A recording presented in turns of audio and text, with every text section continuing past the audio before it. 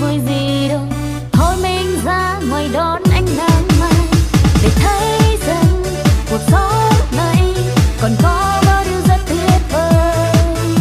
Và nữ nhi chẳng mấy khi được sống cho mình mà thôi. Vậy thì mình đi nào niềm vui mình dâng trao, chỉ ăn ta cầm tay dắt tay nhau. Cuộc đời này có bao buồn vui thì ta không cần lo gì, vì tương lai là do chính ta thôi.